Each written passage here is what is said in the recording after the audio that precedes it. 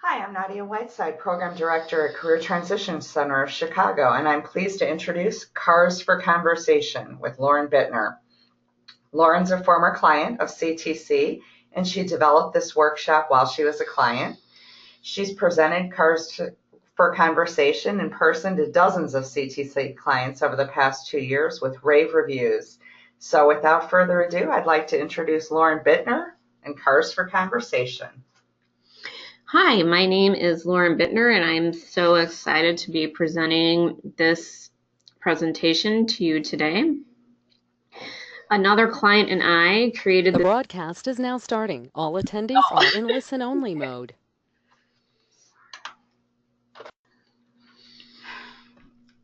Hi, I'm Nadia Whiteside, Program Director at Career Transition Center of Chicago, and I'm pleased to introduce Cars for Conversation with Lauren Bittner.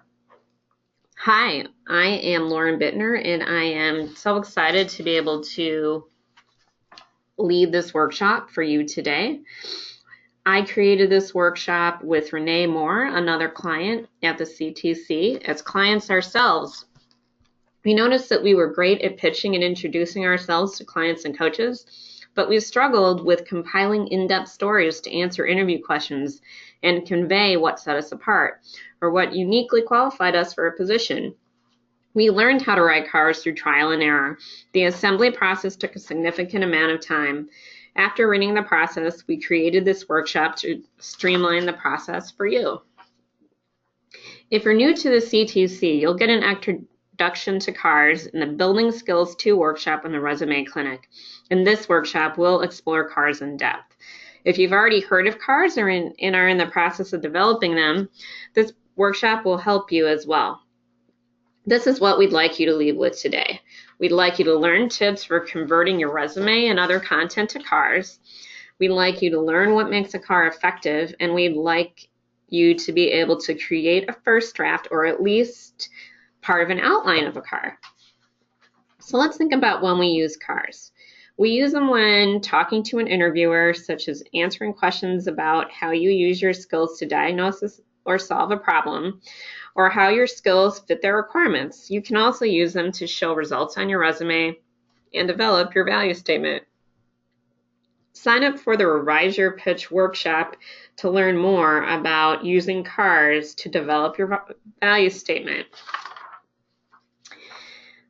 We want you to use a CAR process to craft concise, digestible, and memorable stories and value statements. The CAR process has 3 parts. The C is the circumstance or challenge. That's the basis of your story, the situation or the problem you're facing. Then look at the actions you took and how you did it. The actions are the A of the story. What did you do to address the problem? The action always answers how. The last part is to honestly review the results. How did it end? What was the outcome? How and what did you contribute to the outcome? Can you quantify how much or qualify your results? Not everybody comes from a background where they talk about results in numbers. So if you do not come from a background where you verified or demonstrated your results with numbers, you should think about whether you received feedback for something and then include that feedback as the results section of your car story if appropriate. It's important to look at the results based on your contribution, even if you worked on a team. Everybody in a team plays a role, so your specific contributions are valuable. Let's talk about the benefits of using cars. First, we want you to be able to clearly demonstrate your value. Using the CARS process to package your most memorable achievements in a way that your target audience will remember them and that will make you stand out is the goal. Your target audience, for example, can be an interviewer, a hiring manager, or someone who wants to know what they can do to help you in your search. You can use CARS to directly identify and connect with your successes and to immediately boost your confidence. The job search isn't always the most confidence-building process, but you can use the CARS process to understand how concise, clear stories will remind you of your own successes and how relaying those stories taps into your confidence. You can organically instigate good conversations and strengthen connections with cars. You can use the car process to build relationships. Cars are keys to pique an interviewer's or listener's interest, so they'll ask more questions about you and your professional acumen or your special sauce. Let's talk about the car building process. When you think about how you create a car, think about the resources that are already in your career toolbox. They may serve as building blocks for your cars, so you don't have to reinvent the wheel. You can apply the cars process to things you have a lot of pride about in your career, your personal life, your resumes, your job descriptions, your performance reviews, and your recommendations. So when you're thinking about your points of pride, think about what experiences, not just at work that you're proud of, but perhaps things you've done in your personal life that you're passionate about that could be translated into a career. When using a resume to build a car, apply the CARS method to your work experiences to build a story with tangible results. You can then use the result as a bullet point on your resume, and we'll provide examples of how you can do that later. For job descriptions, develop a CAR for each requirement, duty, or responsibility in that job description. If you need a job description, search by job titles on online resources such as onetonline.gov, indeed.com, glassdoor.com, or LinkedIn. You can also look at LinkedIn profiles of people with either the title that you would like to have or the experience you would like to have to get an idea of how to relay certain information in cars. When you're looking at performance reviews and recommendations, such as the recommendations that people can get on LinkedIn, look for your strengths and for the kudos that you got for certain accomplishments. For example, in the car results, you can quote positive feedback from colleagues, people you know, performance reviews and recommendations. One quote that I use from one of my performance reviews is, "She's the known voice in place for branding and message consistency." So there's a few more building blocks you can use. For interview questions, for instance,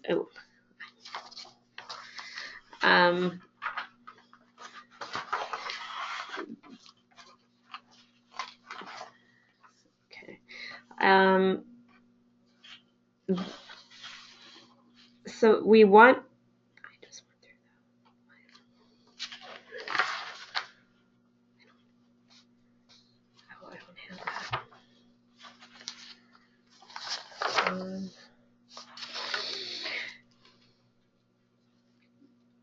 So for interview questions, look at the duties and responsibilities of the description and sample interview questions. Create cards that answer the questions based on the descriptions and your experience. You can use job sites such as glassdoor.com and indeed.com to find interview questions that people will post after they're done with their interviews with specific companies. You can use networking information to develop stories based on the company's culture, business needs and practices, or pain points. So by that, I mean when you are networking with others, they may give you some information about those aspects of the business that you want to belong to, and you can therefore write your stories based on that information.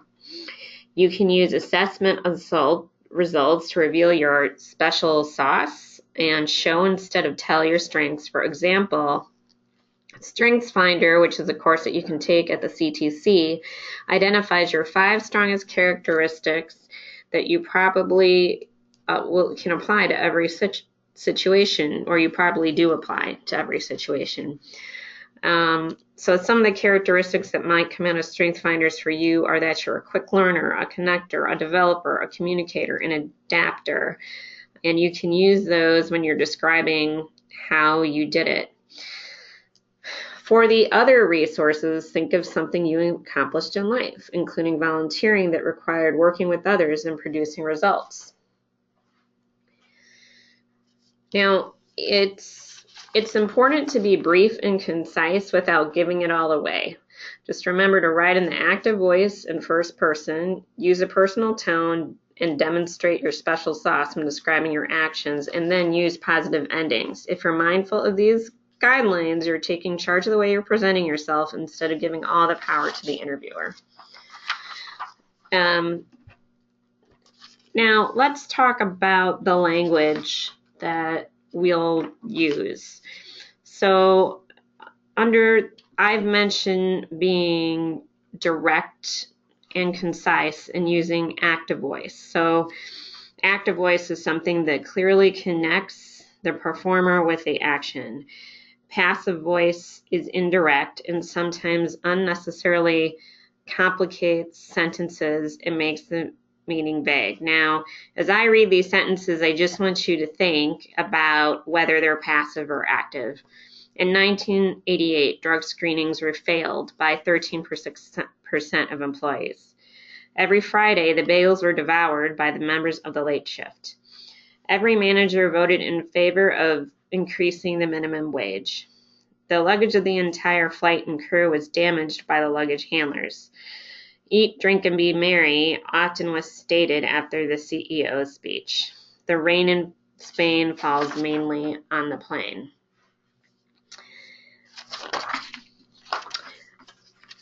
So now in the next page, you're gonna see the passive and active version of each of those. So in 1988, drug screenings were failed by 13% of employees. That was passive. The active way to say that is in 1988, 13.6% of employees failed during drug screenings.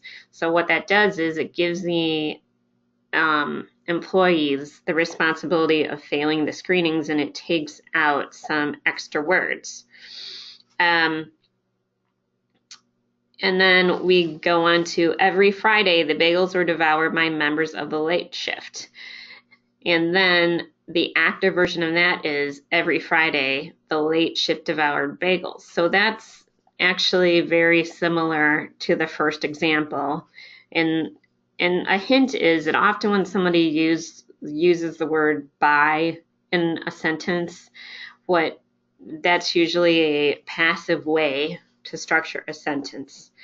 And then finally, the luggage in the entire flight and crew was damaged by the luggage handlers, where the active version is the luggage handlers damaged the passengers and flight crew's luggage, taking out a lot of extra words. So now on the next page, I'm going to go through some sentences. I wrote the first sentence on the left, and Renee wrote the second sentence on the left. So in the first sentence, my responsibility was to promote our site's programs in North American communication channels. Then I changed that to an active voice sentence. I promoted our site's programs on North American communications channels. So instead of saying my responsibility was to promote, I can say that in less words and give myself more credit for the action by just clearly saying I promoted our site's programs on North American communications channels. In the next sentence, we have a passive way of writing, and Renee has said, in pursuit of certification for an international standard, the receipt of unacceptable audit findings resulted in the decision to bring in a technical writer, and then she changed it to, after auditors rated a certification audit as unacceptable, the client hired a technical writer to help meet certification requirements. So that we don't actually even have to go into the fact that we were in pursuit of a certification for an international standard. We can simply sum it up by saying, after auditors rated a certification audit as unacceptable. And then we can also give credit to the client for hiring a technical writer to help meet certification requirements. So if you look at the way we edited those sentences, we took out some extra words. Renee's edit definitely uses some industry terms when she talks about certification requirements. And if you read each of those active sentences, the active sentences are going to be much easier to communicate to an interviewer than the passive sentences we wrote. And they're going to be much easier for the interviewer to follow also. And so this is really this is an iterative process, and you'll see that as we go on. So you can revise as you need, as you say these more and more. You'll probably find different ways to say it. Now let's talk about some journalism guidelines. The reason that I'm coming to the presentation with this approach is that I started my career as a reporter. So a lot of my methodology does include the who, what, where, when, and most importantly, the why of the conversation. By that I mean, why are you telling me the story? Why should I listen to you? And why should I care? Sometimes I believe that the where can be understood. That's just a judgment call on your part. Your interviewer may not be that concerned about the where. And then there is the another question that I like to ask, that is so what, which takes why to a different level. So I'm going to be talking about an example of a time I brought two teams together, but the story needs to say why.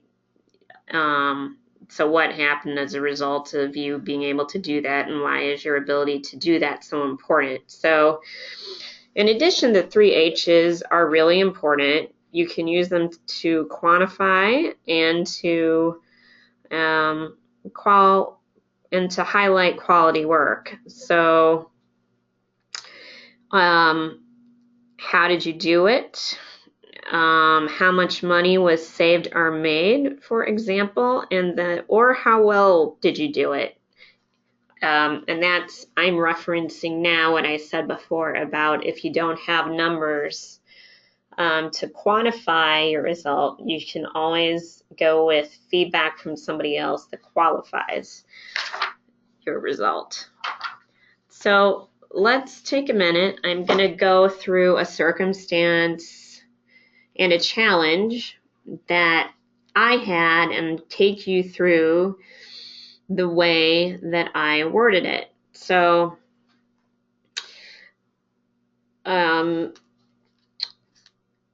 you'll see in the original post, I say relations with this, actually, let me go back just a little bit.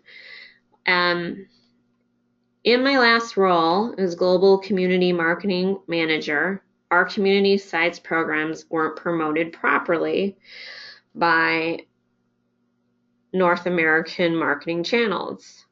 And then I say relations with this team were made tense by several members who refused to value our site as a revenue driver.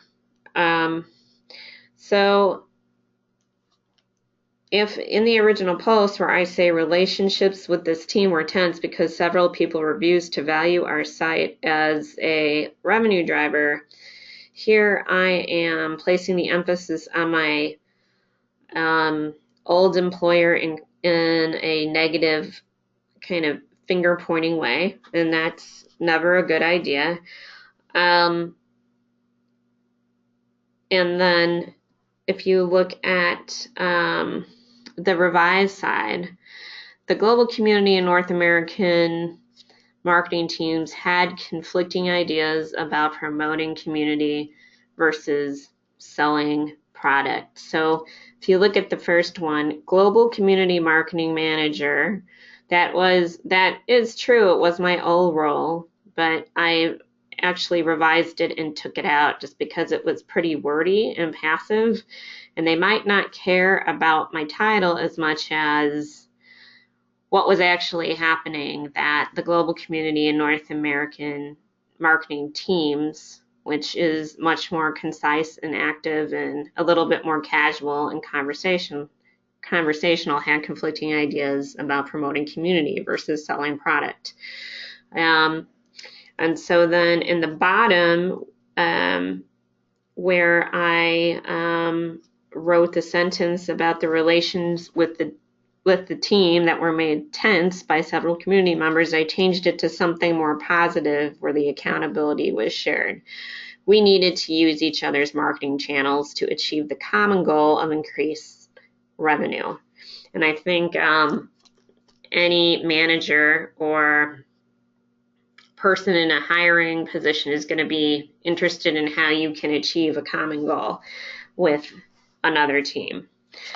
So, and then moving on to the action part of my story, I'm going to read the left side, my original.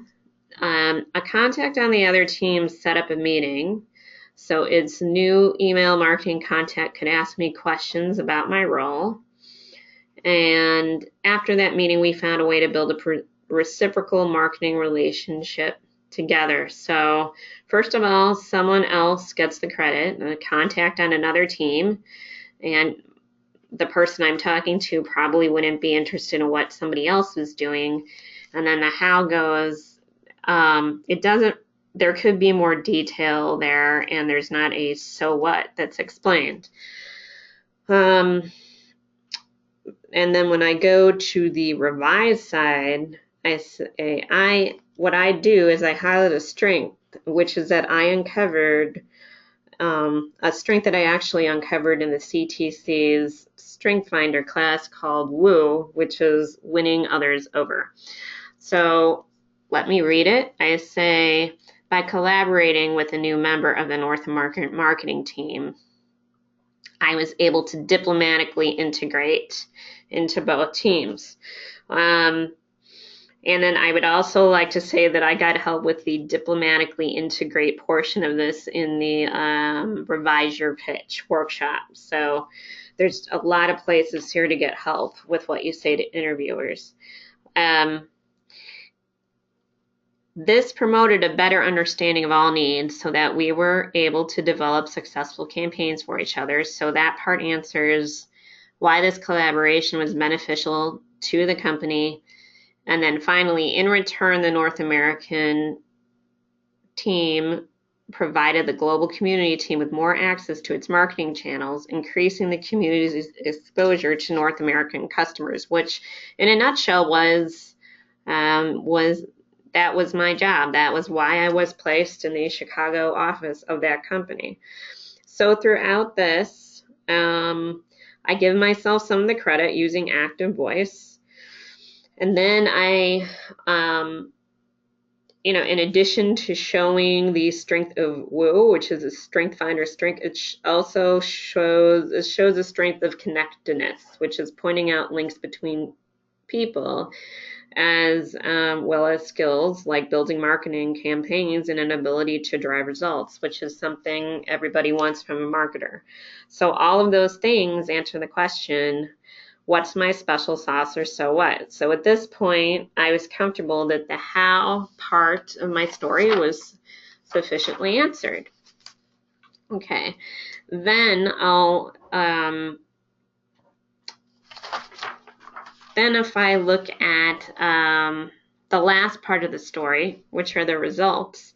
So my original sentence was, as a result of the relationship, marketing referrals increased. And I revised that to say, I increased customer referrals by 300%, turning a competitive relationship into a partnership. So last we get to the result. So the original here is more passive than the revised. And it doesn't provide any specifics about how much the marketing referrals increase, but my revised sentence is an active voice. So I actually get the credit for a pretty big jump in customer referrals. It ends on a positive note, and it adds specifics as to how much of an increase there was. And so then at the end, the most important thing, I think, is that what I did, I turned this story into a bullet point that could be used on my resume. I transformed competitive relationship with internal team into partnership, increasing customer referrals by 300%, which is something I actually get a lot of questions on in interviews. Now we're going to look at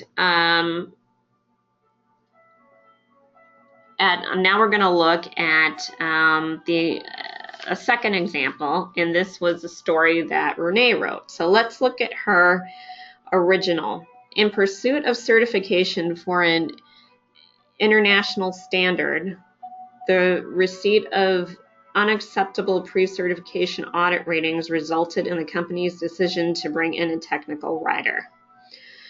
And then the need to resolve audit issues in a short time frame with limited resources and limited understanding of the standard. The team had never pursued certification. Some members refused to work with standard applications needed to create, store, and maintain required documents. Team leads were pulled in many directions and difficult to work with. So here, again, we start off wordy and passive, and then we also are talking negatively about people we worked with. So an employer is always going to raise an eyebrow if you say something negative about others. It's also passive, and there could be more information here. So let's look at how she revised it. After auditors rated a pre-certification audit as unacceptable, the client hired a technical writer to help the ISMS team meet requirements for the final certification audit. Pre-certification and gap analysis results identified a high number of areas needing improvement. So here we're more concise, we're more active, and we answer the who, when, and what. And then we have the ISMS team worked under tight deadlines and with high visibility. At the same time, team members worked on other equally demanding projects. Varied comfort and experience levels with standard software hindered delivering high quality required content. And that is much more complete, active, and positive, and answers the who, what, and why. And so now let's go to the action portion of Renee's story. We started with the company decided to hire a technical writer to ensure documentation compliance with the standard, reformatted and revised policies, standards, and guidelines, and augmented content, converted policies to standards, developed document templates, researched 27001 series standards and requirements, managed SharePoint document libraries, created IT governance and risk management, meeting documents, templates for ISO, IEC 27001 foundation documents, IS policies, standards, and guidelines, and risk identification form. Interviewed IT SMEs, wrote or developed content for IT topics, created demo IT awareness survey in SharePoint, worked with IT staff to create, distribute, and tally survey results in SurveyMonkey. Now, I can't even imagine trying to say that to an interviewer. But then what she does is she edits it and makes it a lot more manageable and understandable to say in an interview. She says, my learning skills enabled me to research the standards and develop solutions that covered requirements from the client's perspective and incorporated best practices that helped other companies obtain certification. In listening to and observing team members' comfort with technology, I created individual and team training topics to bring everyone up to the needed expertise levels. I collaborated with other IT departments to facilitate and deliver crucial analysis and documentation support. So the original is really very task focused. And the revised is more skills focused and really tells you what Renee's special sauce is. So the revision uses Strength Finder assessment results that name her as a learner, an includer, someone who develops context, someone who develops connectedness with others, and a developer, which is perfect because Renee is an instructional designer. So now let's look at the results piece of Renee's story. So team members started using standard applications. The team approved and used documents in advance of audit and achieved certification. Secondary manager copied an entire team or thank you at end of project. And then she revised it to, I developed training that directly improved team and member skills and willingness to use software. I ensure documents, templates, and processes satisfied standard requirements. And her resume point is that she developed training, templates, and documents and enabled team to close all pre-certification and audit gaps, pass final audit, and obtain certification, which is exactly what somebody would want from the roles that Renee is applying for. So, to wrap it all up, this is an example of using a CAR result to develop a resume build that's tangible and in this case qualifiable when there's no number associated with the result. So this is what I was talking about when I was saying that qualifiable results will answer the question how well instead of how much. So now what I'd like you to do is to create a CAR. So I will ask you to apply the CAR processes to either one of the pieces of content we talked about or an area in either your career or maybe even your personal life that you take a lot of pride in. So start with the best example you can and try to remember to be concise, digestible, and memorable. Use active voice and repeat the who, what, where, why, how much, and so what, but don't get overwhelmed. These are just guidelines when you first write. Like I was saying before, just write. You can always edit after you get it out of your head, which is better than doing it before you get anything on paper. So when we say use the right words, we've already gone over some of these, but in the language section, as for language, I'd like to remind you to use a positive ending. I don't know that you'll get to the editing point today, but what you want to do when you get to that point is take out extra words, add in at the end keywords from the job description, look for some industry terms you can use if they make sense in your story. And then when you're revising, maybe you can go over this with another client here at the CTC and get some constructive feedback. Go to revise your pitch or your peer group or your accountability group. That's another place. Those are other places for constructive feedback. And then you can continue to practice and revise it as you need to.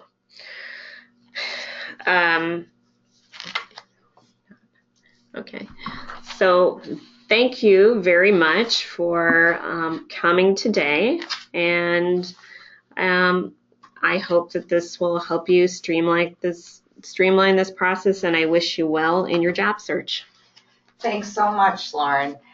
We hope that if you are not already a client, you'll join us for a free information session, which we hold every Monday at 11 a.m. at our offices at 703 West Monroe.